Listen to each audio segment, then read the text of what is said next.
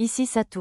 Il existe plein de jeux PC permettant de préparer des potions, mais généralement, une fois les ingrédients rassemblés et mélangés, la potion finie est livrée dans une bouteille. Je me demandais toujours d'où venait cette bouteille en regardant les recettes. Ah, les potions, mais ça veut dire que la forêt des illusions sera. La petite sorcière, Iné, se mit à gémir comme une enfant, de grosses larmes coulant de ses yeux. 2 armures vivantes la protégeaient à sa gauche et à sa droite. Pendant ce temps, les hommes qui avaient provoqué le désastre profitaient de l'occasion pour s'enfuir. Arisa, prends soin d'elle, s'il te plaît. D'accord, répondit Arisa d'un ton enjoué. Je la laissais donc s'occuper d'In et emmener les filles bêtes avec moi pour traquer et capturer les hommes. Lisa, Pochi, Tama, attrapez ceux qui sont passés par là.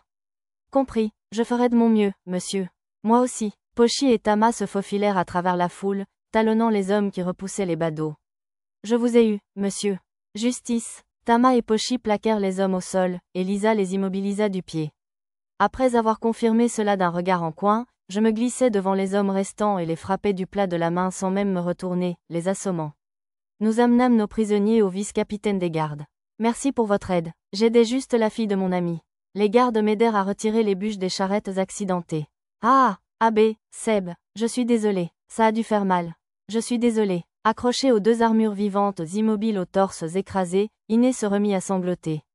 Il fallait d'abord évaluer la situation. Inanimahana, arrête de pleurer. Tu crois vraiment que dire ça comme ça aidera un enfant à arrêter de pleurer? Arisa m'interrompit sèchement. Je ne suis pas. Un enfant. Avec tous ces sanglots et ces hoquets, le déni d'In n'était pas très convaincant. Inanimahana, essaie de te calmer d'abord. Au minimum, il faut déterminer combien de potions sont intactes et si le chariot peut encore avancer. D'accord. Je vais demander à Gab et Rob de démonter la boîte pour que je puisse vérifier. Sa voix était encore étranglée par les larmes, mais Iné cessa de pleurer et ordonna aux armures vivantes restantes de déposer délicatement au sol la boîte qui avait contenu les fioles de potions. En comptant ensemble, nous apprîmes que sur les 300 fioles, environ 180 s'étaient brisées et avaient déversé leur contenu. Sous prétexte de vérifier les fioles brisées, j'ai glissé quelques bases de fioles intactes et la potion restante dans la boîte, dans le rangement, sous le dossier sorcière. J'en ai récupéré une 40aine. Sous le chariot, un nid de mauvaises herbes avait poussé, probablement à cause des quelques 140 potions qui avaient imprégné le sol.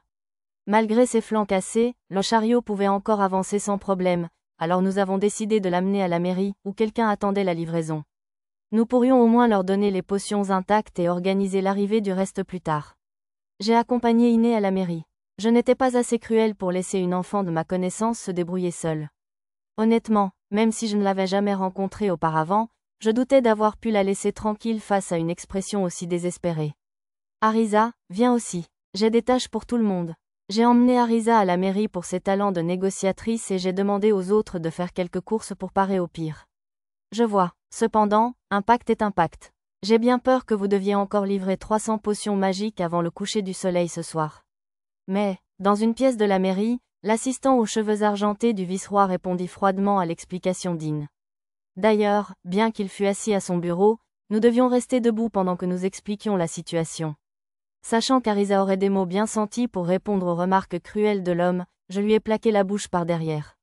Si nous avions été autorisés à rester debout dans la pièce en tant que serviteurs d'In, il nous était interdit de parler.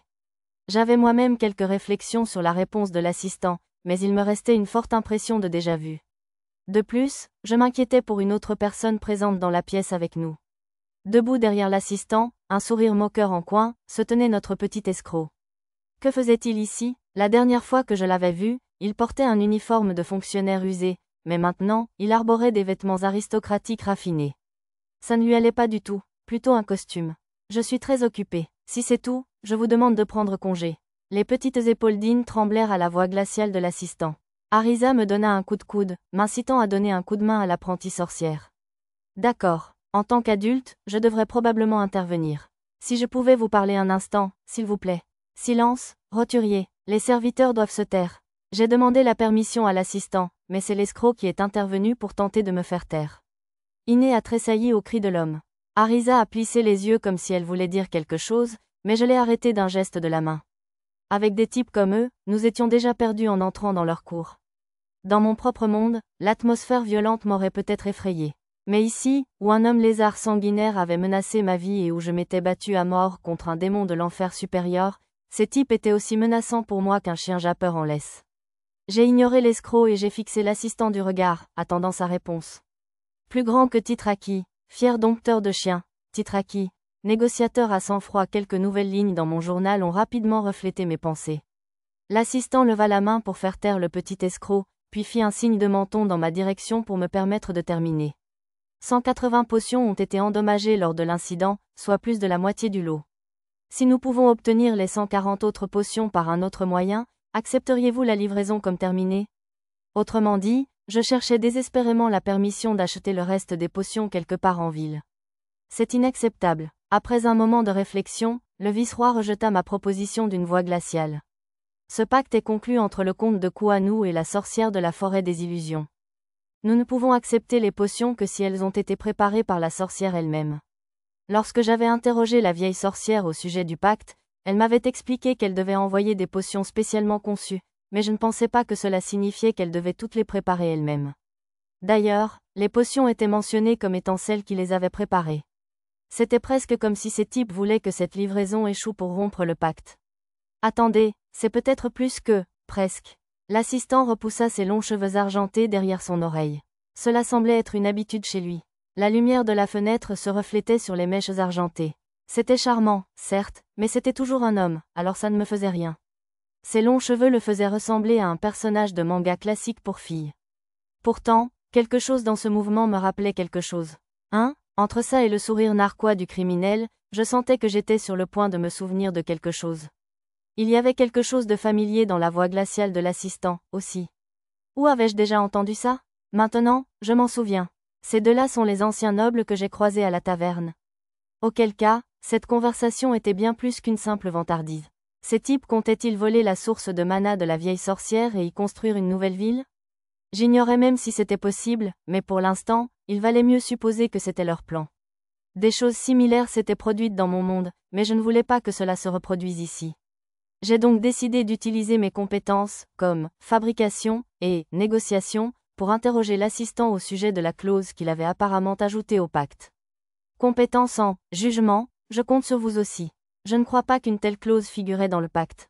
Sauriez-vous par hasard qui a ajouté cette clause, monsieur? Pourquoi un roturier comme vous devrait-il connaître le contenu du pacte? Madame la sorcière et moi avons travaillé ensemble à l'occasion. D'une voix lourde, telle une fissure se formant dans un glacier, l'assistant a répliqué à ma question par la sienne. Franchement, si vous aviez l'intention de poser cette question, vous auriez probablement dû le faire dès mon arrivée dans la pièce en tant qu'assistant. L'assistant me fixait du regard, cherchant à deviner mes véritables intentions. J'ai donc utilisé ma compétence, impasse, pour le repousser. Gardant un sourire neutre, j'ai activé coercition pendant une fraction de seconde, ce qui a fait reculer l'assistant. Une sueur froide a perlé sur son beau visage. Très bien, tant que les potions sont du même niveau que celles de la sorcière, nous les acceptons. À ces mots, Iné releva légèrement sa tête penchée. Mais il y avait un petit problème avec sa formulation. Monsieur, si vous me le permettez, cela signifie-t-il que vous n'accepterez que des produits de qualité égale, voire supérieure? Supérieure? Comptez-vous dépenser toutes vos économies pour acheter des potions de qualité supérieure? Ai-je répondu avec un sourire doux. Contrairement aux potions de qualité inférieure, les potions intermédiaires étaient très peu distribuées. Même en achetant toutes celles disponibles à Sedum City, nous aurions de la chance d'obtenir 20% de ce dont nous avions besoin. Et l'assistant le savait sûrement aussi. HMPH. Si vous pensez pouvoir en rassembler assez, je vous en prie. J'accepterai toutes les potions d'efficacité égale ou supérieure. L'air renfrogné, l'assistant tenta de nous congédier. Mais je n'avais pas encore terminé. J'ai posé 2 feuilles de papier sur son bureau et j'ai rédigé avec précision les conditions que nous avions convenues. C'était une tâche facile, car j'avais planifié ce que j'allais écrire dans la zone mémo de mon onglet réseau lors de notre conversation précédente. En peu de temps, j'avais rédigé 2 exemplaires du document. Grâce à mon talent d'écriture, l'écriture était si soignée que j'avais du mal à croire que je l'avais écrite. J'ai consigné notre accord par écrit. Si vous n'avez rien à redire, je vous prie de bien vouloir y apposer votre sceau d'approbation, s'il vous plaît. Tout comme pour un accord entre entreprises, je n'étais pas prêt à accepter un contrat verbal. S'il n'était pas consigné par écrit, celui qui avait le plus de pouvoir pouvait facilement l'emporter après d'interminables débats sur ce qui était dit ou non. Dans ce cas, lorsque l'autre partie ne souhaitait clairement pas que l'accord soit respecté, un contrat était particulièrement important. Par écrit, dites-vous, vous dites que vous ne pouvez pas vous fier aux paroles d'un noble roturier? Le petit escroc intervint de nouveau, mais je l'ignorais. En fin de compte, mon affaire était avec l'assistant. Monsieur, je comprends que vous soyez très occupé. Je crains que vous ne soyez occupé au moment de la livraison, et qu'en cas de malentendu, un fonctionnaire ne puisse pas la recevoir. Or, je suis sûr que ce n'est pas votre intention que le délai imparti soit dépassé, rompant ainsi le pacte. N'est-ce pas? L'assistant était manifestement déterminé à rompre le pacte, mais dans sa position, il n'avait aucun moyen de le confirmer. L'air peiné, il signa et scella les 2 documents, puis les plaça côte à côte pour y apposer les sceaux de comptage. Je n'avais pas de sceau, alors j'utilisai celui d'In. Apparemment, la vieille sorcière le lui avait donné. Une fois ce désordre réglé, je devrais probablement m'en fabriquer un. Je suppose que cela suffira. Vous pouvez partir. Impassible, l'assistant prit soin de nous chasser définitivement cette fois. En sortant, j'entendis le bandit s'exclamer. Même si tu sais préparer les potions, bonne chance pour trouver des fioles. Peu après, l'assistant le réprimanda sévèrement pour en avoir trop dit. C'était donc pour ça qu'il était parti avant moi et qu'il faisait le plein de fioles. N'avait-il rien de mieux à faire? Arisa furieuse et Iné les larmes aux yeux, nous sortîmes toutes les 3 de l'hôtel de ville. Bon, 180 potions, ça va. Les fioles pourraient poser problème, mais on a largement le temps avant le coucher du soleil, alors je suis sûre qu'on trouvera une solution. Hein? On va les préparer? Iné se mordilla la lèvre. Derrière elle, Arisa avait dessiné un portrait de l'assistante dans la terre et le piétinait vigoureusement. L'apprentie sorcière parut troublée par cette perspective, mais malheureusement, nous n'avions pas vraiment le choix. Après tout, outre la pénurie de potions en ville, celles disponibles n'étaient pas assez bonnes pour remplacer le breuvage de haute qualité de la sorcière. C'est vrai, j'ai bien 100 fioles, même si je ne sais pas quoi faire des 80 autres. Mais je suis sûre qu'on peut faire quelque chose, non? Ouais, tout le monde court partout en ville à leur recherche en ce moment même. Arisa me regarda avec confiance. Le contraste était saisissant avec l'anxiété palpable d'In. Arg, et alors, si tu as des fioles? Il n'y a que 3 coups de carillon avant le coucher du soleil, tu sais. Ces potions ont pris une nuit entière à préparer dans le chaudron. Et la préparation avant cela nous a pris, ma maîtresse et moi, un mois entier. C'est impossible. Iné leva vers moi un regard de frustration, les larmes aux yeux, prête à se remettre à pleurer à tout moment. Ce n'est rien. Notre maître est un grand tricheur, alors je suis sûre qu'il peut s'en occuper. J'apprécie votre démonstration de confiance, mais pourriez-vous trouver une meilleure formulation, s'il vous plaît? À ce moment-là, Lulu revint, accompagnée de Tama et Pochi. Maître, nous avons terminé les vérifications. Merci. Avez-vous eu de la chance? Eh bien, les résultats rapportés par Lulu étaient tout sauf encourageants. Je les avais envoyés voir si nous pouvions accélérer la cuisson des fioles, peut-être en cuire une centaine de plus tant qu'à faire, mais ils ne pouvaient même pas sortir la première série du four avant demain matin au plus tôt. Ensuite, Mia et Lisa arrivèrent du marché. Satou, nous sommes de retour, maître. Les paniers qu'elles transportaient étaient chargés d'herbes et d'un légume qui ressemblait à des épinards. C'étaient des ingrédients pour des potions magiques. Elles n'avaient pu obtenir que 10 bottes de l'ingrédient principal, l'armoise bleue, mais elles avaient près de 3 fois plus d'ingrédients que nécessaire. Je pourrais utiliser les restes pour préparer des potions pour notre propre usage ultérieur. Enfin, Nana revint de la compagnie. Je livre 25 fioles de potions de récupération d'endurance et 12 potions de récupération d'endurance de moindre qualité, achetées à la compagnie, je vous le signale. J'ai vérifié les fioles que Nana m'avait apportées. Je lui avais fait acheter les potions de moindre qualité pour qu'on puisse utiliser les fioles. Puisque la potion magique de la sorcière était en fait une version améliorée des potions de récupération d'endurance de moindre qualité, les mêmes fioles feraient l'affaire. Ma compétence analyse m'indiquait que les fioles avaient une durée de vie plus courte que celle de l'ancienne sorcière, mais dans ce cas, ça ne devrait pas poser de problème. Si seulement on pouvait utiliser les fioles de l'atelier de poterie, il nous en faudrait juste 40 de plus, mais inutile de s'attarder là-dessus. Il faut vraiment qu'on trouve une solution pour les fioles, hein? Marmonnai-je. Arg, pourquoi tu ne prends pas? Ce ne sont pas ces fichues bouteilles qui posent problème. Même avec tous les ingrédients et toutes les fioles du monde, ce serait quand même impossible. Hurla Iné, au bord de l'hystérie. Non, peut-être pas au bord. Elle était déjà désemparée. Pourquoi est-ce impossible? Parce que, pour tenter de la calmer, je soutins le regard d'In et lui adressai la parole. Incapable de formuler correctement ces mots, Iné balbutiait, parce que... À vrai dire, nous aurions dû commencer immédiatement, mais je ne savais toujours pas quoi faire des fioles. J'ai essayé d'utiliser la carte pour fouiller la ville à la recherche de fioles et de potions de récupération d'endurance, mais même en les récupérant toutes, il nous manquerait encore plus de la moitié du nécessaire. Le vice-roi les avait probablement toutes réquisitionnées avant de partir combattre les kobolds dans les mines d'argent. Il y avait un grand nombre de fioles dans ce qui semblait être le manoir d'un noble, mais c'était très certainement la collection de l'assistant et de son acolyte corrompu. Y emprunter serait le dernier recours. Parce que nous n'avons pas assez de magie. Si nous étions près de la source de mana, nous pourrions la récupérer facilement, mais ça ne fonctionnera pas ici. On va devoir boire des potions pour ça au fur et à mesure, alors. J'avais plein de potions de récupération de PM terminées, sans parler des matériaux pour en fabriquer encore plus. Burke, mais c'est tellement amer. Incapable de supporter ses gémissements plus longtemps, l'oiseau globe, qui était resté immobile sur sa tête comme un chapeau, poussa son étrange « poucoui » et lui becqueta le front. Aïe, aïe, aïe, hurla Iné de douleur, mais mes enfants étaient ravis. Ouah, ce n'est pas juste un chapeau? Maître, je vous demande la permission de prendre soin de cette créature sphérique. Les réactions d'Arisa et de Nana ont particulièrement retenu mon attention. Bien sûr, j'ai rejeté la requête de Nana. Cette boule de poil est le familier de la sorcière, non? Je me demande, Inanimahana, est-il possible de parler à ton professeur grâce à ce petit truc? Oh, ouais, tu peux. Pourquoi, tu vas me dénoncer parce que j'ai échoué?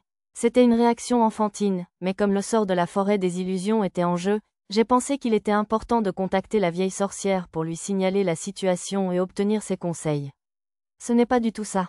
J'aimerais juste lui demander 2 ou 3 choses. Ouais, d'accord, viens, Pou. Alors l'oiseau Poufi devait son nom au son étrange qu'il faisait, hein? Appelle Yobidashi. Iné lança un bref sort, et l'oiseau Poufi changea d'attitude. Il produisait toujours le même poucoui, étrange, mais avec une expression profondément intellectuelle. La maîtresse vous entend maintenant. Elle ne peut pas vous répondre, par contre.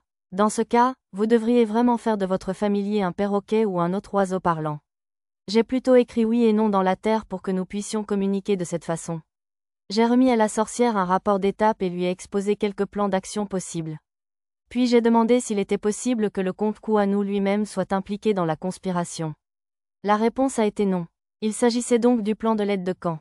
Le vice-roi de Sedum City menait actuellement un groupe de chevaliers pour renforcer les troupes combattant dans les mines d'argent, et le comte Kuanu se trouvait dans la lointaine Kuanu City. Ce serait bien si nous pouvions faire venir le comte pour mettre l'aide de camp du vice-roi au pas, mais... Par sécurité, j'ai demandé s'il pourrait réellement mettre son plan à exécution dans la forêt des illusions si le pacte était rompu. Malheureusement, la réponse a été oui. Je n'arrivais pas vraiment à cerner les détails avec des questions à réponse directe, mais une chose était claire, nous n'avions pas d'autre choix que de livrer le reste des potions magiques et de remplir le contrat. Après avoir posé quelques questions supplémentaires à la vieille sorcière, j'ai raccroché. Une fois ma consultation terminée, je me suis tourné vers Iné et les autres pour discuter des préparatifs de la préparation des potions. Maintenant, parlons des fioles. Tiens, H-E accent aigu, accent aigu, accent aigu. Je connais celle-là. Arisa leva la main comme une écolière. Elle sautillait avec enthousiasme et tendait la main aussi haut que possible, son adorable comportement reflétait pour une fois son air enfantin. Quoi, tu as une idée? Tu veux savoir? Tu veux vraiment savoir? Crache-la tout de suite. Arisa croisa les mains derrière son dos et leva un regard malicieux vers moi. Je lui pinçai la joue, espérant qu'elle effacerait son sourire narquois et m'expliquerait. Sa joue était vraiment tendue. Aïe, Lego. Oh, pardon, je me suis laissé emporter. Mince, je parle du village. Tu sais, celui abandonné qu'on a trouvé tout à l'heure? Ah oui, il y avait un four intact au pied des collines derrière ce village, non? Mais on arrivera à les finir avant le coucher du soleil si on commence maintenant? Si on y arrive, on pourra aussi récupérer les 100 fioles dans l'atelier de poterie. Eh bien, je compte sur tes talents surhumains pour ça, maître. Pas de plan, hein? Il faudra que je parle à quelqu'un qui sache comment raccourcir le temps. C'est avec cette pensée en tête que je me dirigeais vers l'atelier de poterie, mais Mia m'arrêta d'un seul mot, ose. Ose? Pas de la brume, comme le poisson?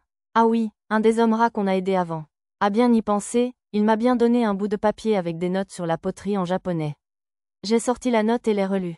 Les minuscules écritures décrivaient le processus et le temps requis pour différents types de poterie. Elles comprenaient même des notes extrêmement détaillées sur le but des procédés et la raison de chaque durée. En prime, des schémas illustraient des outils ou des passages difficiles à comprendre.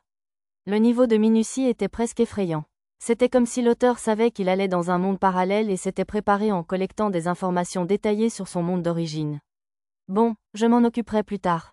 Mentalement, j'ai trié les informations obtenues grâce à la note. Si la cuisson était si longue, c'était à cause du temps nécessaire pour monter et descendre la température à l'intérieur du four.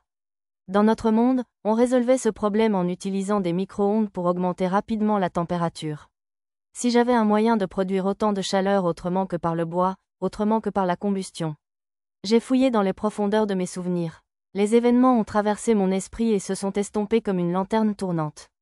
J'ai compris, une méthode de chauffage qui a même fait fondre le fond d'une marmite en cuivre en peu de temps. J'ai fait un signe de tête à Arisa, qui était à côté de moi et qui scrutait le papier. Tu vois, tu as déjà une idée. Ouais, tu crois qu'on peut utiliser les installations d'un village abandonné comme ça? Pourquoi pas? J'ai l'impression que personne n'y est allé depuis longtemps. C'est vrai, faire un détour pour demander la permission au bureau du gouvernement, c'est chercher les ennuis. J'ai vérifié l'emplacement sur la carte. Il y avait une petite montagne sur le chemin, donc il était peu probable que quelqu'un voie la fumée et nous mette dans le pétrin. Bon, on y va. J'ai annoncé le plan à tout le monde, distribué les tâches et les outils nécessaires, et nous sommes partis pour le village abandonné. Je n'étais pas sûr d'avoir le temps de baisser la température du four après, mais tant que rien d'inhabituel ne se produisait, nous devrions arriver juste à temps. Nous avons pris la calèche d'In jusqu'au village et sommes arrivés en un rien de temps. Elle était presque 2 fois plus rapide que notre propre calèche, mais sans presque aucune secousse. C'est remarquable. Qu'est-ce que vous utilisez comme suspension? Qu'est-ce que c'est, une suspension? Comment la calèche absorbe-t-elle les chocs? Arisa demanda à Iné en descendant de la voiture. Je ne sais pas. Iné se contenta de secouer la tête. La vieille sorcière avait probablement réussi. Nous nous garâmes sur la place et déchargeâmes les outils. Lulu, Nana, Arisa, vous trois, préparez le four. Il faut nettoyer l'intérieur et enlever les mauvaises herbes pour éviter la propagation du feu. Je veux faire une petite expérience, alors si vous avez le temps, nettoyez aussi celui des autres fours qui est le moins endommagé. Vous autres, venez avec moi chercher de l'argile. Dès que j'eus terminé mes instructions, tout le monde se mit en action. Iné semblait un peu nerveuse. Nous récupérâmes de la terre à la source d'argile datant d'avant l'abandon du village. Grâce au travail acharné des filles bêtes, nous avons rempli au moins la moitié d'un grand seau en un rien de temps. Cela devrait être largement suffisant. Mia, peu habituée à porter des charges lourdes, parut découragée, et je lui tapotai la tête avant de parler à Iné. Inanimana, peux-tu utiliser de la terre pour boue sur ce sol? D'accord, compris. La magie d'In a transformé l'argile en boue, et nous l'avons passée à travers un tamis grossier dans un autre seau afin d'en retirer les pierres et les racines. Il restait beaucoup de roches et de débris dans le seau et le tamis. Certains ressemblaient même à du minerai de gemme. J'ai soigneusement mélangé la formule des fioles à la boue. Elle était basée sur la recette de la vieille sorcière, bien sûr. Maintenant, utilise de l'argile, s'il te plaît. D'accord. Une seconde. Iné semblait avoir du mal à se souvenir du sort, alors j'ai ouvert un livre de sorts de magie de la terre et je le lui ai montré. Enen, j'ai juste oublié pendant une seconde, d'accord? Je sais. Marmonnant des excuses, Iné lança le sort. Sa magie ramena le mélange humide à son état d'argile originel. J'ai touché l'argile pour l'expérimenter. Peut-être était-ce dû à sa fabrication magique, mais elle avait une consistance uniforme et collante. La liquéfier a dû aussi chasser l'air. D'après les notes de poterie, il faudrait normalement la pétrir grossièrement pour la raffermir, puis la caler pour chasser l'air, mais les deux sorts avaient complètement omis ces étapes. Quelle erreur de calcul! Les notes indiquaient également que l'argile deviendrait floconneuse si elle n'était pas mise au repos, mais le toucher était identique à celui de l'argile que nous avions utilisé à l'atelier. Peut-être était-ce un autre effet de la magie? Bon, peu importe pour l'instant. Nous sommes pressés par le temps, alors je ferais mieux de passer à la tâche suivante. Tout le monde, formez des boules d'argile de cette taille et alignez-les. J'ai montré à chacun un échantillon de boules d'argile pour qu'ils puissent commencer. J'ai sorti un tour de potier et un tabouret du sac de rangement et je les ai installés. Ensuite, j'ai demandé à Lisa d'étaler un tapis pour y déposer les bouteilles finies. Roun, celui-ci est celui du maître, celui-ci est le mien, et ensuite Tama et Lisa, monsieur. MRRR, j'utiliserai le vôtre aussi, bien sûr, Mia. Tama et Pochi se sont mises joyeusement à fabriquer des boules d'argile. Iné et Mia ont également travaillé en silence. Lorsqu'il y en a eu environ 150, je suis passée au moulage des fioles. Lisa, passez-moi les boules d'argile, s'il vous plaît. Bien sûr, monsieur. Le processus était le même qu'à l'atelier de poterie, donc je n'ai eu aucun problème. Me souvenant de mon ancien travail à temps partiel sur une chaîne de montage en usine, je me suis mise à travailler à un rythme soutenu. Maître, c'était la dernière argile. Quand la voix un peu fatiguée de Lisa me ramena à la raison, je constatais que j'avais fabriqué une multitude de récipients. Tama avait commencé à ranger les fioles pendant que je travaillais. Après une rapide estimation, j'en déduisis qu'il y en avait au moins 400. Plus tard, après avoir soigneusement compté, je suis arrivé à un total de 453. J'en avais fabriqué trop. Bon, maintenant, il faut les sécher. Vas-y, Mia. Mia lança séchage d'argile 3e sur les fioles terminées. Pour faciliter le sort, elle n'en fit qu'une 50aine à la fois. Après environ 3 tentatives, Mia n'avait plus que 10% de sa magie. Je lui ai donc administré une potion de récupération magique au miel. Mia fronça le nez à contre-cœur en faisant sauter le bouchon en liège de la fiole. Un doux parfum de miel s'en échappa. Du miel? Oui, j'ai essayé de le rendre un peu moins amer. Mia porta la fiole à sa bouche avec précaution et la but d'un trait. Mon amélioration sembla être un succès, car elle semblait en vouloir plus après avoir terminé. Miam, j'étais soulagée qu'elle apprécie. C'était soi-disant moins efficace, mais les PM de Mia étaient entièrement restaurés. Je n'y voyais aucun inconvénient. En peu de temps, nous avions fini de sécher toutes les fioles. La magie était si pratique. Pendant que Mia s'occupait de ses sorts, j'ai réparti du glaçage pré-mélangé dans plusieurs seaux. Bon, tout le monde, il est temps de les émailler. Attention à ne pas trop en mettre et à ne pas faire tomber la fiole dans le seau. Distribuant des pinceaux à chacun, je leur ai demandé de m'aider à enduire l'argile. On venait de le faire le matin même à l'atelier de poterie, on était donc déjà bien entraînés. J'ai demandé à Pochi et Tama d'apprendre à Ine comment faire. Hein? C'était rapide. Oui, la magie d'Inanimahana m'a été encore plus utile que prévu, on a gagné du temps. Devant le four, Arisa s'essuya le visage avec une serviette humide. Juste à ce moment-là, Nana et Lulu revinrent de l'autre côté du four. Maître, tout le travail est terminé, je vous le rapporte. J'ai aussi fini mon devoir. Une fois le four nettoyé, elles avaient même déblayé la pelouse et les mauvaises herbes. Bravo à tous, c'est impeccable. Après les avoir remerciés pour leur travail acharné, j'ai demandé à Lulu de laver les herbes achetées au marché et j'ai envoyé les 2 autres m'aider à l'émaillage. J'ai passé la tête dans le four pour vérifier l'intégrité de l'intérieur. Peut-être grâce à mes talents de potier, il m'a suffi de taper sur la paroi intérieure pour me faire une idée précise de l'état du four. Il était plus solide que prévu. J'étais maintenant certain qu'il ne se briserait pas avant la fin. Je suis ressorti et j'ai commencé à travailler sur un outil magique pour chauffer le four plus rapidement. En utilisant comme modèle le circuit de chauffe-eau défectueux que j'avais fabriqué auparavant, je l'ai amélioré en y ajoutant un mécanisme trouvé dans les documents de Trasayuya. J'ai dessiné le circuit de chauffage sur une plaque de bronze de la taille d'une paume achetée chez un forgeron, puis j'ai répété l'opération jusqu'à en avoir fabriqué 12. Il serait difficile de les allumer tous en même temps, alors j'ai fabriqué un support en forme de fer à cheval avec quelques planches de bois et j'y ai gravé un circuit de transmission. Enfin, j'ai posé les plaques de bronze sur le support, et le tour était joué. Comme je ne voulais pas passer directement à la réalité, j'ai décidé d'expérimenter d'abord avec l'un des fours cassés. J'ai installé le circuit de chauffage à l'intérieur et j'ai placé du bois de chauffage à côté. Pas envie de me donner trop de mal, j'ai simplement déposé une botte de bois et je l'ai saupoudrée de sciure de bois d'allumage acheté chez un menuisier. Pour la poterie elle-même, j'ai sorti un bol en argile du stockage.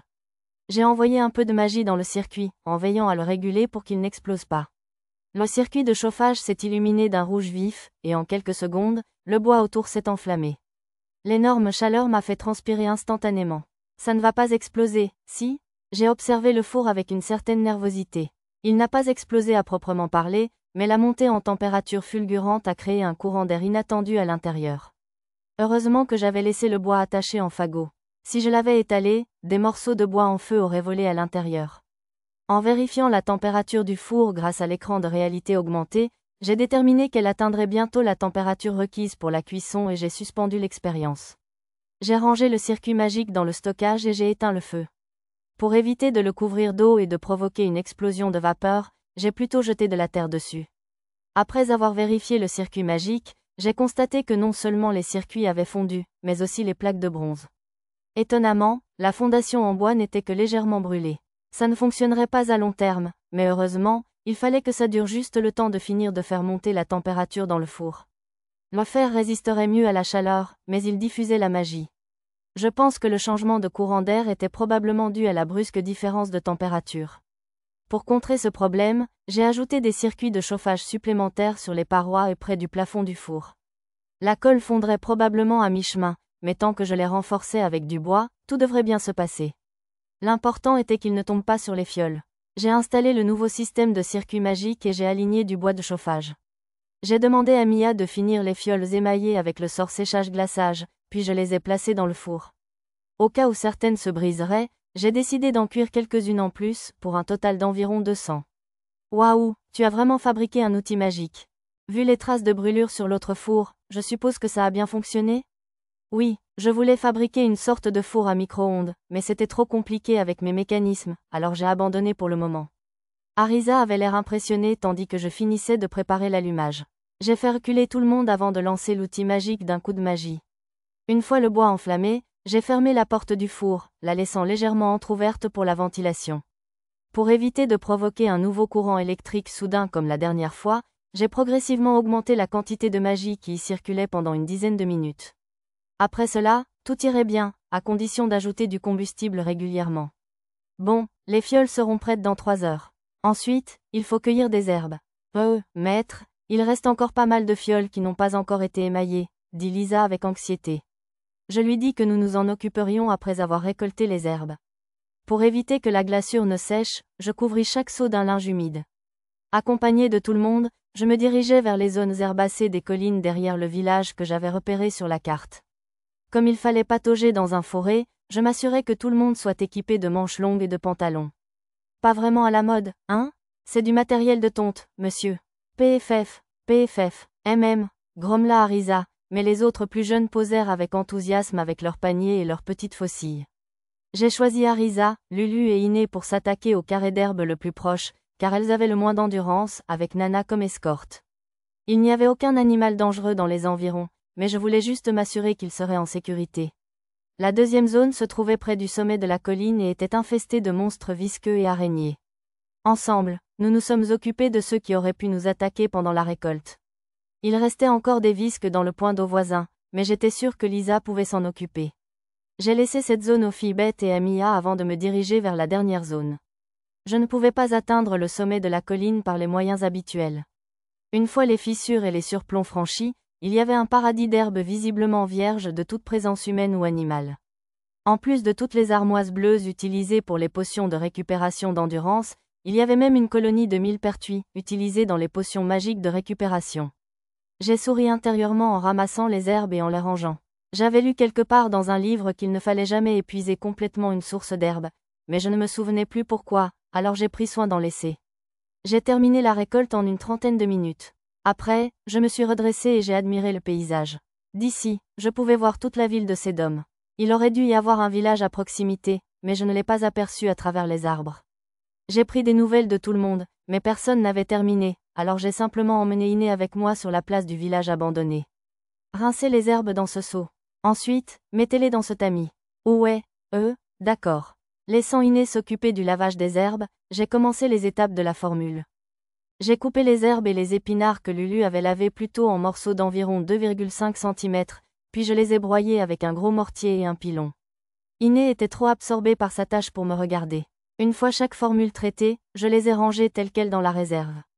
Une fois la dernière fournée terminée, j'ai installé la tablette de transmutation et le reste du matériel, puis j'ai appelé Iné. Assieds-toi ici, s'il te plaît. Peux-tu utiliser une tablette de transmutation normale? Oui, je peux. D'accord. Je vais préparer les ingrédients et les charger de magie, alors essaie d'utiliser la tablette de transmutation. D'accord. La potion préparée avec de l'élixir rouge de grade 1 n'atteignait pas la haute qualité. Mais avec de l'élixir de grade 3, nous obtenions des potions de haute qualité même en préparant 5 à la fois. J'ai utilisé cette méthode détournée pour que le nom d'In soit mentionné comme créateur des potions. Lorsque j'ai utilisé « Analyser » pour vérifier, cela a fonctionné comme je l'espérais. Puisque j'avais laissé mon nom vide, même si le processus aboutissait à une signature conjointe, seul le nom d'In devait rester. Cela a pris un peu plus de temps, mais je voulais minimiser les risques de mauvaise interprétation. Après quelques essais et erreurs, j'ai trouvé le moyen d'enregistrer le nom d'In comme créatrice avec le moins de travail possible pour réduire le temps nécessaire. J'avais réussi à accélérer le processus, mais après une vingtaine de tours de transmutation, la magie d'In commençait à faiblir. J'avais fourni la majeure partie de la magie, mais le processus final devait être réalisé avec la magie d'In. Aime ma magie, c'est, bois ça, alors, mais, ça va être. Aïe, alors qu'Iné bégayait à contre-cœur, essayant d'esquiver la potion, le bourdon sur sa tête recommença à lui picorer le front. Elle porta le liquide à ses lèvres à contre-cœur, mais elle l'avala d'un trait dès qu'elle sentit le goût sucré. Je voyais bien qu'elle avait vraiment apprécié. Elle retourna la fiole et la frappa plusieurs fois pour en extraire la dernière goutte. Ta magie est-elle complètement rétablie? Ouais, c'était, vraiment délicieux. Bon, on continue. Je pris la fiole des mains réticentes d'In, et nous nous remîmes au travail. J'avais déposé les potions terminées dans la réserve, mais Iné ne semblait pas faire confiance au processus. J'ai donc rempli un bécher vide avec de l'eau de la réserve pour la rassurer et je l'ai versé dans un tonneau à proximité. Excusez-moi, maîtresse? Alors qu'Iné terminait 40 tours de transmutation, Arisa, Lulu et Nana revinrent avec des paniers remplis d'herbes. Pour une raison inconnue, Arisa était contrariée. Bon retour, Arisa. Merci. Attends, non, hurla-t-elle en désignant Iné, assise sur mes genoux. Alarmée par le comportement menaçant de l'autre fille, Iné se pencha vers moi, ce qui ne fit qu'accroître la colère d'Arisa, créant un cercle vicieux. Arrête, Arisa. Tu ne devrais pas effrayer une petite fille comme ça. Maîtresse, nous sommes de retour, je vous rapporte. Lulu serra doucement Arisa dans ses bras, essayant de la calmer. Derrière elle, Nana fit son rapport. Calme-toi, c'est la seule façon pour nous deux d'utiliser la tablette de transmutation. Pourquoi faites-vous ça ensemble? J'ai tenté d'expliquer la situation à une Arisa peu convaincue. Il n'y a aucune raison de m'en vouloir de laisser un petit enfant s'asseoir sur mes genoux. Tama et Mia le font tout le temps. Arisa s'est calmée à contre-cœur après mon explication, alors nous avons repris notre alchimie. Une fois que j'ai demandé aux 3 filles de ranger leur butin dans le sac de garage, je les ai laissées se reposer un peu. Je ne discernais pas grand-chose à l'expression de Nana, mais Arisa et Lulu étaient visiblement épuisées. Iné avait l'air fatiguée aussi, mais elle devait continuer à travailler encore un peu. Juste 10 fois de plus. Après leur pause, j'ai demandé à Lulu et Nana de continuer l'émaillage et j'ai confié à Arisa la responsabilité du combustible pour le four. Jusqu'à présent, je m'occupais moi-même du feu entre les séances d'alchimie. J'étais assez épuisée aussi. Au retour des filles Beth et de Mia, nous avions terminé les 50 tours de transmutation. Nous avions essuyé 4 échecs et 6 fois une qualité insuffisante, mais j'avais prévu quelques échecs dans mon plan. Faisons une petite pause. J'appelle Arisa, alors Lulu et Nana, préparez des encas. Vous pouvez utiliser les ingrédients que vous voulez dans le sac de garage. Après avoir donné des instructions à Nana et Lulu, je suis allée vérifier l'état du four avec Arisa et les fait venir. En chemin, j'ai rangé les fioles émaillées et les outils dans ma dimension de poche. Comment ça se passe là-dedans? Encore un peu de temps, je crois. Jetant un coup d'œil à l'intérieur du four, j'ai répondu à la question d'Arisa. Je ne savais pas si c'était dû au succès de la première cuisson, à l'émail spécial ou à la magie de séchage de Mia, mais quelle qu'en soit la raison, les fioles avançaient encore plus vite que prévu. En consultant l'horloge de mon menu, j'ai constaté que seulement 2h30 s'étaient écoulées. Il nous reste encore 2 heures avant le coucher du soleil, alors on dirait qu'on va. Ne dis rien. Arisa m'interrompit brutalement en me couvrant la bouche d'une petite main. Franchement, pourquoi veux-tu nous porter malheur comme ça? C'est normal. Dès qu'un personnage dit « on y va », les ennuis sont quasiment garantis. Par sécurité, j'ai marqué l'assistant et le petit escroc sur ma carte pour pouvoir surveiller toute tentative de sabotage. Tu lis trop de livres, dis-je à Arisa avec ce que j'espérais être un sourire confiant. Elle semblait encore inquiète, alors je lui ai tenu la main pendant que nous retournions à la place du village. Une fois les encas terminés, tout le monde, sauf Iné, Arisa et moi, partit dans les collines cueillir des champignons et des plantes sauvages. Mia en avait repéré beaucoup au retour. Les muscles d'Arisa la faisaient trop souffrir, et Iné était épuisée par le travail de transmutation. Surtout par curiosité, j'ai fait boire une potion à Arisa pour soulager ses douleurs musculaires, mais elle a déclaré qu'elle en avait assez de marcher et s'est reposée sur la couverture avec Iné. J'étais à court d'objets de récupération magique et j'étais en train d'en fabriquer d'autres. J'ai essayé de préparer des anesthésiants et des gaz hilarants avec les champignons anesthésiants et les champignons hilarants qui poussaient près du four. La méthode de création du premier était consignée dans le manuel, tandis que le second était une recette tirée des documents de Trasayuya. Dans son journal, Trasayuya notait que ces armes lui avaient été très utiles pour repousser les bandits qui s'étaient introduits chez lui lors de son séjour à Labyrinth City. J'ai terminé le processus en une dizaine de minutes, puis j'ai nettoyé les outils. Un invité indésirable était apparu sur notre radar, le petit escroc. Près de 50 hommes l'accompagnaient également. J'en ai parlé aux 2 filles et leur ai ordonné de se cacher. Inanimahana, Arisa, montez sur la panthère et allez vous cacher dans les montagnes. Vous serez en sécurité tant que vous emportez les armures vivantes. Attendez, je veux me battre avec vous. Oh oui, moi aussi. Mes gars sont vraiment costauds aussi. Ils vont les tabasser comme avant. Mais ils piaffaient d'impatience de m'aider à les repousser. La force brute ayant échoué plus tôt, j'ai supposé que nos adversaires avaient probablement un autre plan en tête. Je voulais éteindre le feu pour qu'ils ne trouvent pas le four, mais ce n'était pas vraiment le genre de choses qu'on pouvait éteindre comme ça, alors je ne pouvais pas faire grand-chose. J'ai chargé Arisa et Iné de cacher le chariot au pied des collines. En attendant, j'ai cherché un moyen de dissimuler le four, mais ils nous avaient probablement repérés grâce à la fumée qui sortait de la cheminée. Au lieu de tenter grossièrement de cacher les fioles, j'ai choisi d'attirer l'attention de notre petit méchant sur autre chose.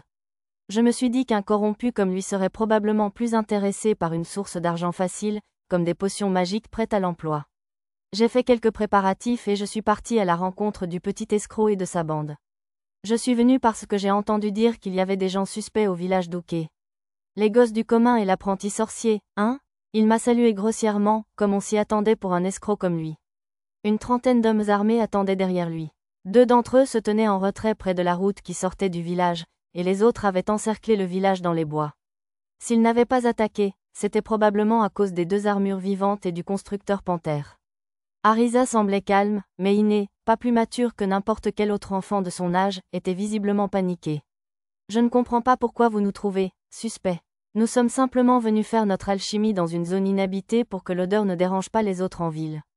Tout en parlant, je désignais le petit tonneau à proximité. Il contenait nos résultats d'alchimie ratés et de l'eau pour les diluer. Ah bon? Eh bien, c'est une attitude charmante, sans aucun doute, mais je crains que vous ne puissiez pas vous promener avec le matériel du village sans autorisation. D'ailleurs, les villageois se sont plaints de la présence d'individus suspects qui saccagent les lieux. Un homme à l'air timide, vêtu de façon négligée, surgit de derrière le bandit. Son affiliation était indiquée comme le nom du village en ruine, ils avaient donc bel et bien trouvé un ancien habitant et l'avaient entraîné. Si vous êtes le représentant intérimaire de ce village, puis-je vous payer directement? Quel montant souhaitez-vous en compensation? Ignorant le bandit, je m'adressai directement aux villageois. En fait, je crains que ce village ne soit désormais sous la tutelle de Sedom City. Cela signifie que c'est moi qui dirige. Voyons voir, je devrais peut-être confisquer ce lot de médicaments fraîchement préparés en guise d'amende pour les troubles? Sur ces mots, le bandit tendit la main vers le tonneau d'un air suffisant. Ah, mais pensant que le tonneau contenait les vraies potions, Iné poussa un cri de désespoir. Super, il mordit à l'hameçon. Mon visage resta impassible, autant que je puisse en juger, mais l'intuition du bandit dut l'alerter, car il cessa de chercher le leur. Allez voir dans le hangar à côté. Il devrait y avoir plus d'un tonneau. J'ai réagi avec toute la déception que j'ai pu. Je les ai trouvés. Ils étaient cachés sous un vieux paillasson. Les sbires de l'homme sont sortis triomphalement du hangar, portant quelques tonneaux supplémentaires sur leurs épaules. HMPH, 3 tonneaux, hein? Ça devrait être bien, a murmuré le bandit. On dirait qu'il s'est laissé prendre. Juste au moment où je commençais à me détendre. Iné a bondi en avant. Ouah, monsieur Satou, ils vont tous les prendre. Gab, Rob, allez les chercher. Alors que les 2 armures vivantes entraient en action sur l'ordre d'In, les sous-fifres se sont immédiatement dispersés comme une bande de bébés araignées. Zut, ma stratégie, tromper ses alliés pour tromper ses ennemis, a échoué. Haché, si ces choses me touchent, je vais en prison avec vous. Le voyou sans courage recula, tenant toujours fermement le canon. J'attrapai les 2 armures vivantes et les retins. On aurait des problèmes, à plus d'un titre, si on blessait ce type. Calme-toi, Inanimahana. On aura des ennuis si on lui fait du mal. C'est vrai, je suis un ami proche de l'assistant du vice-roi, tu te souviens? Tu fais étalage de ton pouvoir, hein? Ce type est vraiment le méchant par excellence. Au moment où j'ai poussé un soupir, j'ai entendu une explosion et des cris d'hommes quelque part au pied des collines. On aurait dit les pétarades de moteurs que j'avais vues à la télévision. Puis j'ai vu une fumée noire s'élever de l'autre côté des arbres. Elle venait du four, je le savais. Toi aussi, tu as utilisé les fours sans permission, hein? Oh non, si le four est cassé, on ne finira jamais les fioles à temps. Qu'est-ce qu'on va faire? Arisa s'agenouilla, désespérée. Iné, quant à elle, s'effondra d'épuisement instantané sans dire un mot. Bon, tu ferais mieux de filer d'ici vite. Je te donne une journée de congé en échange de ces 3 tonneaux. Avec un sourire narquois et sadique, le petit malfrat ricana triomphalement en s'éloignant vers Sedom City avec les tonneaux. Il ne restait plus qu'une seule sonnerie, 90 minutes, avant l'heure limite du coucher du soleil. Après avoir confirmé sur le radar que les hommes étaient partis, nous avons visité le four détruit que nous utilisions. Il était percé d'un grand trou et complètement détruit. Vu l'état du four lui-même, je doutais que les hommes qui l'avaient brisé s'en soient sortis indemnes, mais comme il n'y avait pas de corps, leurs camarades avaient dû les emporter. Le feu ne s'était pas propagé non plus. Heureusement, il n'y avait pas d'arbres hautement inflammables à proximité. Je suppose qu'ils ont abattu les arbres voisins lors de la construction du four. Ils sont tous cassés, c'est inutile, on ne peut pas réessayer, pas vrai? Ouais, je doute qu'on puisse réutiliser ce four, marmonna Arisa en regardant le fourneau flamboyant, et j'acquiesçai. Mais Arisa n'était pas prête à abandonner et fixa le four. Hein? Ces éclats. Arisa se tourna vers moi et je souris. Je pouvais déplacer des objets jusqu'à 3 mètres de distance, même sans les toucher. C'est exact, j'avais retiré les fioles du four sans les toucher ni me brûler. Puis, Craignant qu'il ne soupçonne quelque chose si je m'en tenais là, je les ai remplacés par d'autres récipients. Il y avait plein de récipients en argile défectueux qui traînaient dans les environs, donc c'était facile d'en récupérer suffisamment. Gardant pour moi la partie concernant le stockage, j'ai expliqué le reste à Arisa. Quand je lui ai dit que les fioles étaient en sécurité, elle s'est exclamée avec indignation que je n'avais pas eu besoin de le lui cacher, mais je l'ai écoutée avec complaisance. Après tout, le désespoir sincère d'Arisa avait probablement contribué à tromper le malfaiteur. Mais il restait un problème.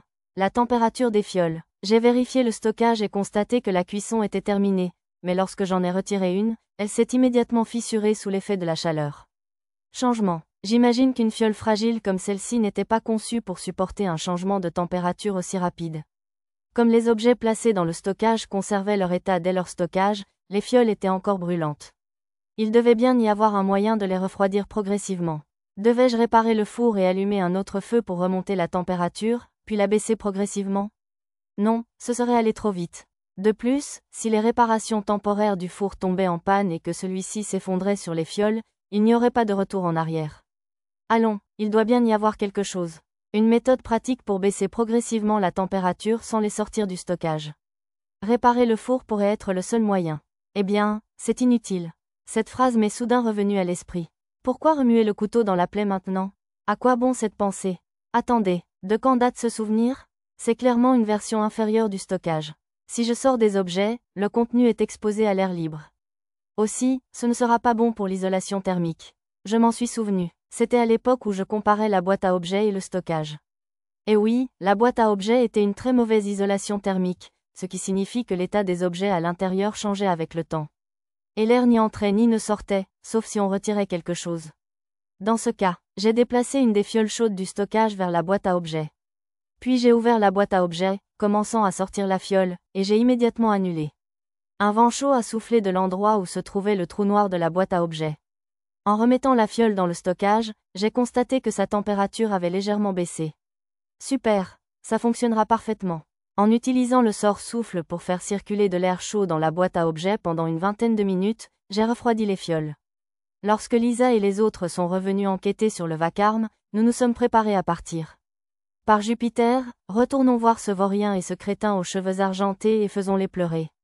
À la tournure quelque peu anachronique d'Arisa, les plus jeunes ont applaudi avec enthousiasme. Par Jupiter, de quelle époque est-elle originaire, au fait? Pendant qu'Iné conduisait la calèche cahoteuse, j'ai vérifié l'heure et la carte. Parfait, on dirait qu'on arrivera juste à temps. Le sac sur mon épaule vibrait à chaque pas. On avait atteint la mairie sans que personne ne nous arrête. Vous avez du culot de vous montrer. Merci beaucoup de m'avoir donné des potions diluées, hein? Je me suis bien ridiculisé grâce à vous. Obstruant l'entrée, le bandit nous a raillé d'un ton un peu plus aigu que d'habitude. J'ai fait un pas en avant pour protéger Arisa et Iné. Comment ça? Ces potions devraient encore faire l'affaire pour soigner les blessures légères. J'ai repoussé nonchalamment les accusations du bandit. De toute façon, je n'avais jamais dit que ces tonneaux contenaient des potions. En remarquant le gros sac que je portais, le triomphe s'est à nouveau affiché sur le visage du bandit. Tu crois que tu vas nous berner avec encore des potions diluées, hein? Quel imbécile obstiné. Visiblement, ce type adore harceler les gens. Ou alors, tu as juste mélangé de l'herbe à l'eau pour que ça ressemble à une potion, cette fois. L'homme a rejeté la tête en arrière et a ri d'un rire digne d'un bouffon ordinaire. Il n'avait probablement pas beaucoup d'amis. La plupart des fonctionnaires de la mairie le fixaient avec confusion ou agacement. Comme je m'en doutais, il n'était pas très populaire. Eh bien, on dirait que vous n'avez rien à nous dire. On a une affaire à régler avec l'assistant du vice-roi, alors si vous voulez bien nous excuser. Arisa et Iné m'ont suivi, j'ai contourné le bandit tandis qu'il hurlait de rire. Les armures vivantes d'In ne pouvaient pas entrer dans l'hôtel de ville, alors elles attendirent sur le parking avec la calèche.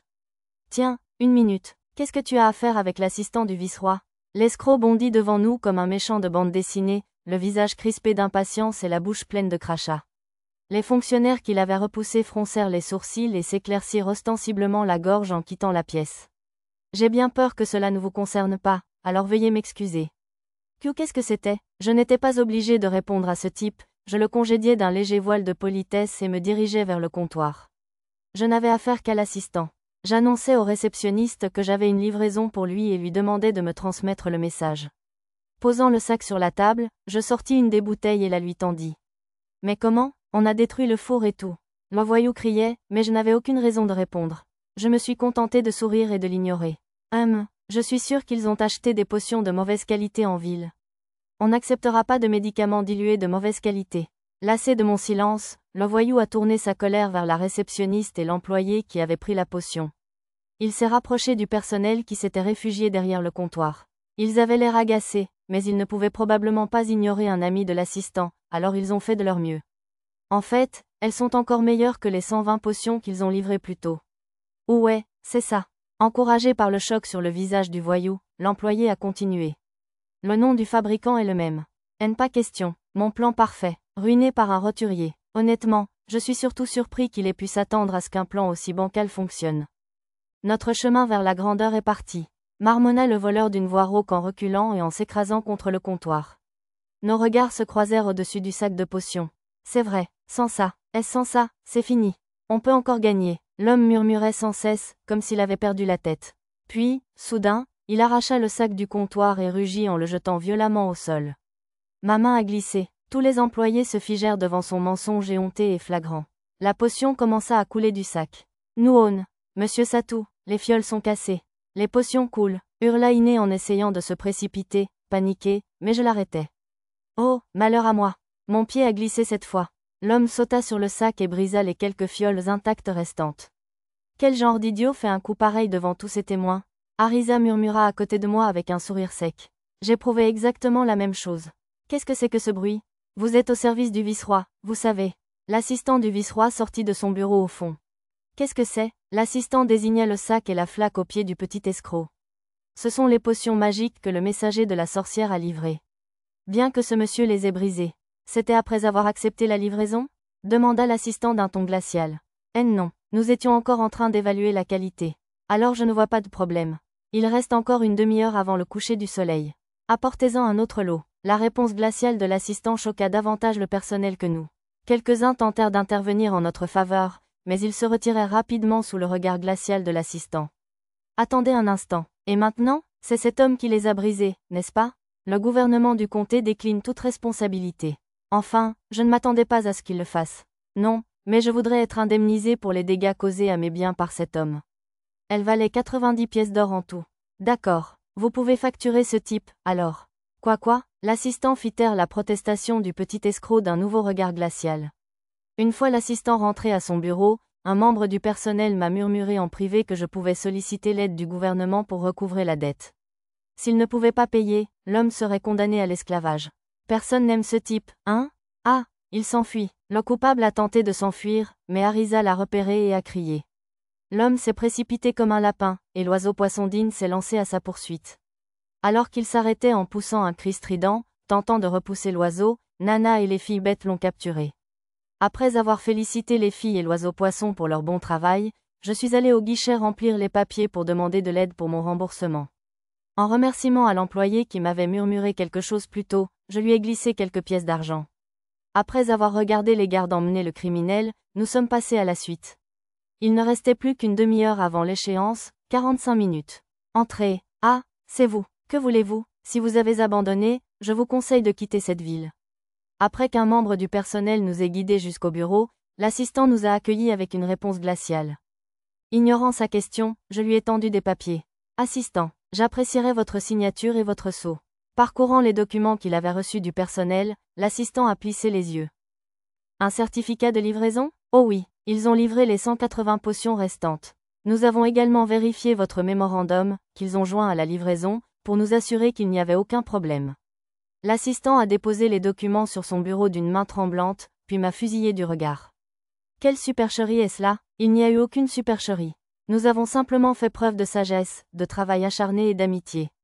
Absurde. En réalité, je n'aurais jamais pu mener à bien cette mission seule. J'avais esquivé la question de l'aide, mais le véritable piège de la livraison était le suivant.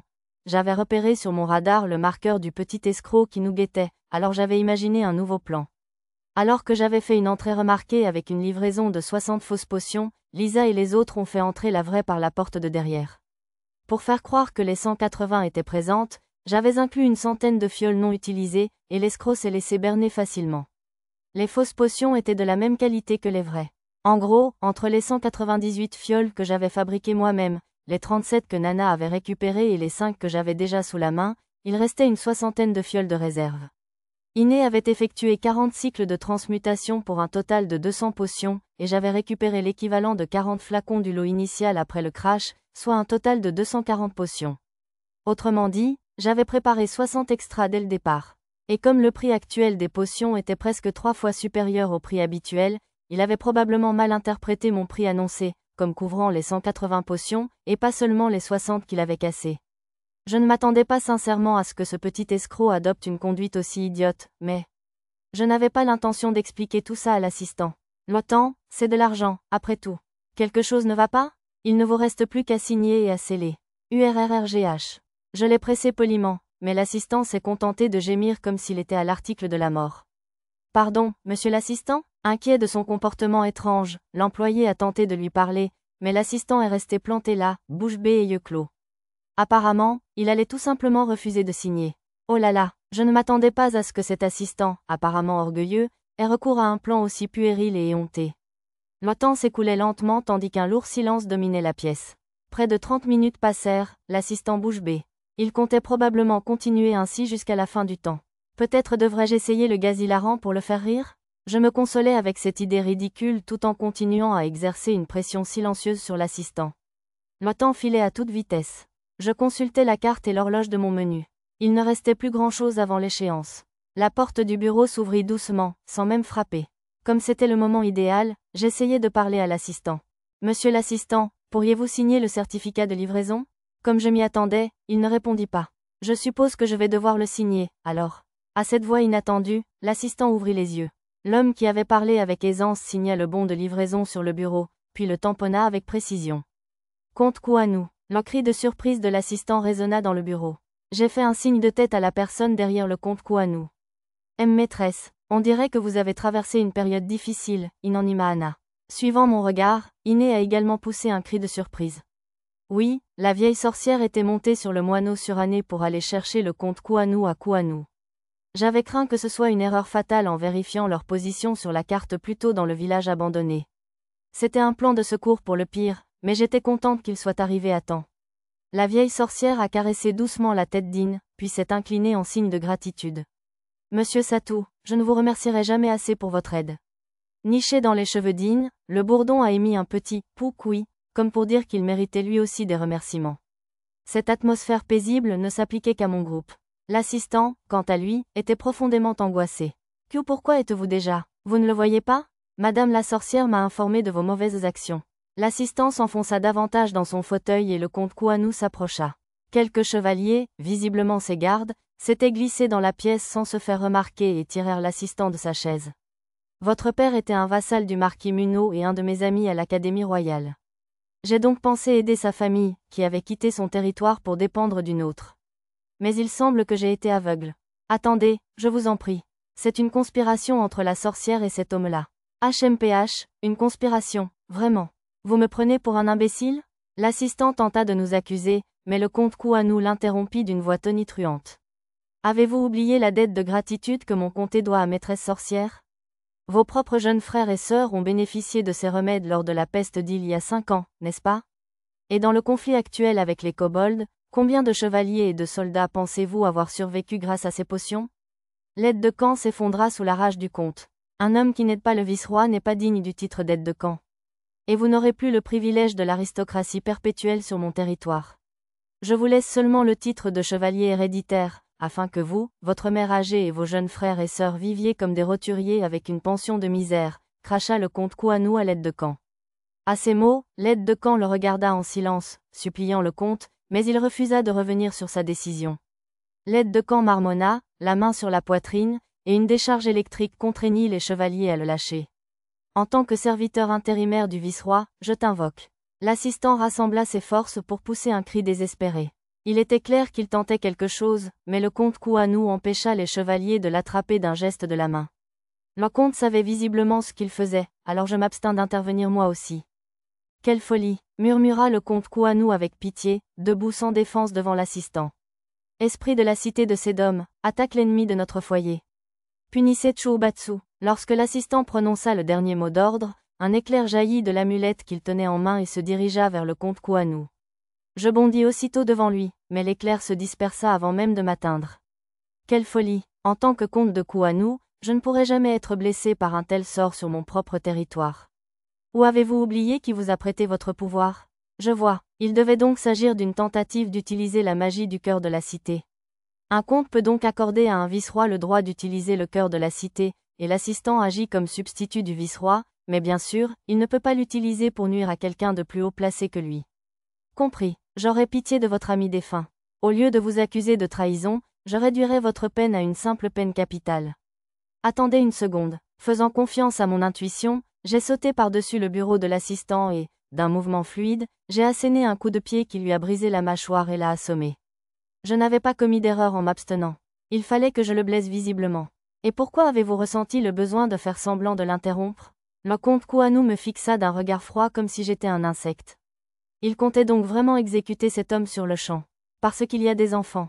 Pardonnez mon insolence, mais si vous voulez mettre cet homme à mort, le lieu d'exécution serait sûrement plus approprié. Ce n'est pas quelque chose qu'un petit enfant devrait voir. Pour être honnête, je ne voulais pas voir ça non plus. S'ils doivent le jeter en prison ou le fouetter, je peux l'accepter, puisque c'est sa faute, mais je n'ai vraiment pas envie d'assister à une exécution sous mes yeux. Je soutins le regard du comte un instant et souris, ce qui sembla apaiser un peu la fureur qui l'envahissait. Après avoir jeté un coup d'œil à Iné, il se calma enfin. Il semble que vous ayez fait une connaissance des plus honorables, maîtresse sorcière. Après ce bref commentaire à la vieille sorcière, le comte Kuanu récupéra l'amulette des mains de l'aide de camp et, sur son ordre, les chevaliers emmenèrent l'homme en prison.